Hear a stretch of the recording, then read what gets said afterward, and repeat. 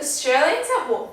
How do us Australians commemorate those who were involved in the World Wars? And why should we remember the Anzacs who fought in World War I and II? There are two main days in the Australian calendar that mark commemoration for the participation of soldiers in the war. These days are Remembrance Day and Anzac Day. Remembrance Day, also known as Armistice Day, was created post-World War I and links to the tomb of the unknown Australian soldier, which was discovered in 1920. This day represents all the young men who were killed in the Great War. At 11 a.m. on the 11th day of the 11th month, Australian citizens, young and old, hold a 2 minutes of silence to remember the Australians who have died in the war. Anzac Day is the National Day of Remembrance for all Australians to commemorate those who served and died in wars. On Anzac Day, many Australians enjoy attending early dawn services, gunfire breakfasts, marches and RSL speeches.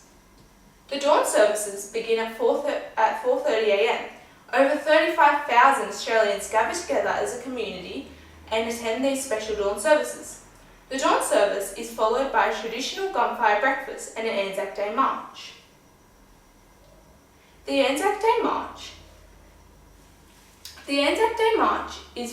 gives the general public an opportunity to honour those who served in defence of Australia, along with the war veterans and current servicemen. Families often gather in their local RSL to listen to an Anzac Day speech which discusses the meaning of Anzac Day as an Australian.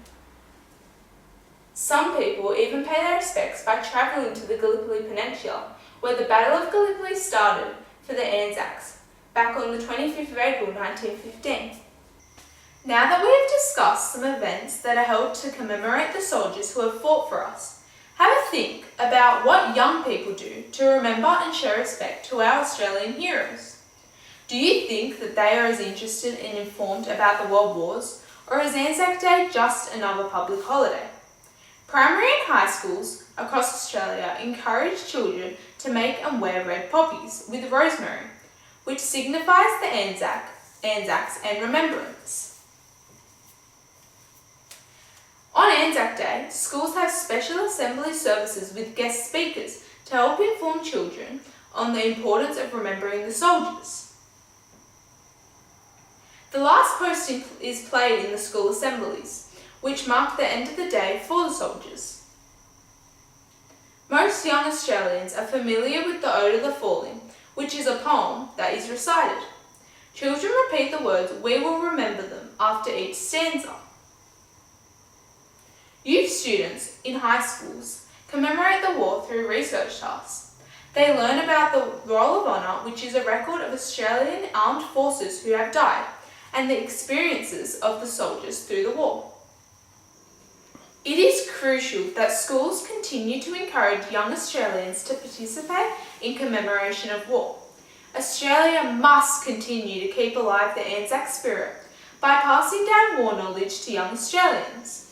We need to use the qualities and values of the Anzacs to move forward in life and always keep them as our inspirations. The soldiers found a way to be positive and have a laugh.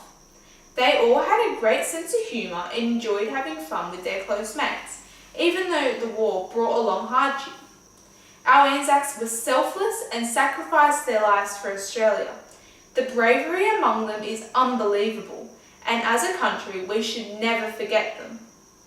They did not only save our country, they risked their lives, left their families and experienced extreme trauma. The Anzacs are Australians' lifelong heroes and inspirations. This is why it is crucially important for young Australians to respect and commemorate our Anzacs forever.